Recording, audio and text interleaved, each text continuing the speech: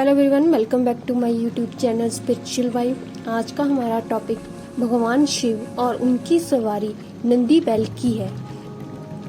भगवान शिव को तीनों लोकों का स्वामी कहा जाता है और पूरी सृष्टि उन्हीं में समर्पित है। अगर शिव नहीं तो सृष्टि शव के समान है। शिव प्राण देते हैं, जीवन देते हैं और संहार भी करते हैं, लेकिन भक्तों के मन में सवाल उठता है कि आखिर नंदी को ही अपना वाहन क्यों चुना।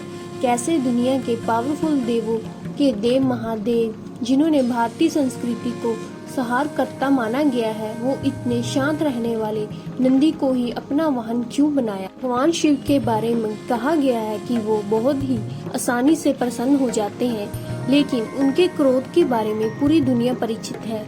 कहा गया है जैसे शिव भोले भाले देवता हैं, वैसे ही उनका वाहन नंदी है। बैल का स्वभाव भी शिव की तरह है। बैल की शक्ति और ताकत का आप अंदाजा नहीं लगा सकते। बैल में जितनी आस्था और भरोसा देखा जाता है, उसका गुस्सा भी उतना ही भयानक है।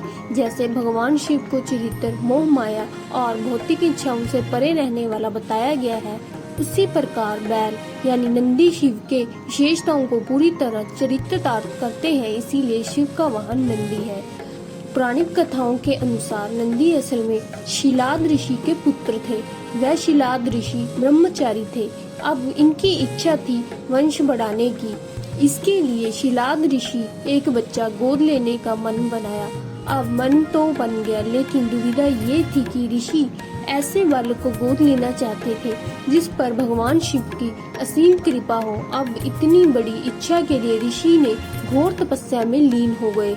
काफी कठोर और लंबी तप के बाद आखिर भगवान शिव प्रसन्न हुए और उन्होंने ऋषि शिलाद को साक्षात दर्शन दिए और बोले, मैं आपकी तपस्या से प्रसन्न हूँ। भगवान शिव ने शिलाद ऋषि से कहा, मांगो, क्या वर मांगना चाहते हो।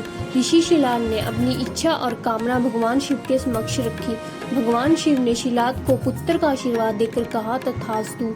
वह उसे अपने साथ अपने घर ले गए और उसका लालन पालन करने लगे। देखते ही देखते नंदी बड़ा हो गया। नंदी ने अपने पिता से कहा, आपने मुझे स्वयं भगवान शिव के आशीर्वाद से पाया है, तो मेरे इस जीवन की रक्षा भी भगवान शिव ही करेंगे। अपने पिता की बातें इस तरह भगवान शिव को प्रसन्न करने के लिए कठोर तप किया। फलस्वरूप भगवान शिव प्रसन्न हुए और नंदी को बैल का मुख देकर अपना सबसे प्रिय वाहक बनाया। इस प्रकार नंदी भगवान शिव के सबसे प्रिय वाहन बने। समाज में उन्हें पूजनीय स्थान भी मिला। यही वजह है कि भगवान शिव की आराधना से पूर्व उनके प्रिय नंदी की पूजा की जाती है। इसके साथ ही एक और पुरानी कथा है कि दानवों और देवताओं के बीच हुए समुद्र मंथन के बाद कालकूट विष निकला था, जिसे शिव जी ने कंठ में धारण किया। इसीलिए महादेव को नीलकंठ कहा गया।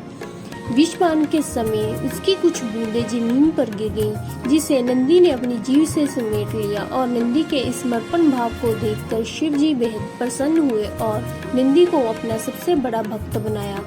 तो ये थी शिव और नंदी की कहानी। तो आज आपको हमारी स्टोरी कैसे लगी, प्लीज कमेंट बॉक्स में जरूर बताएं।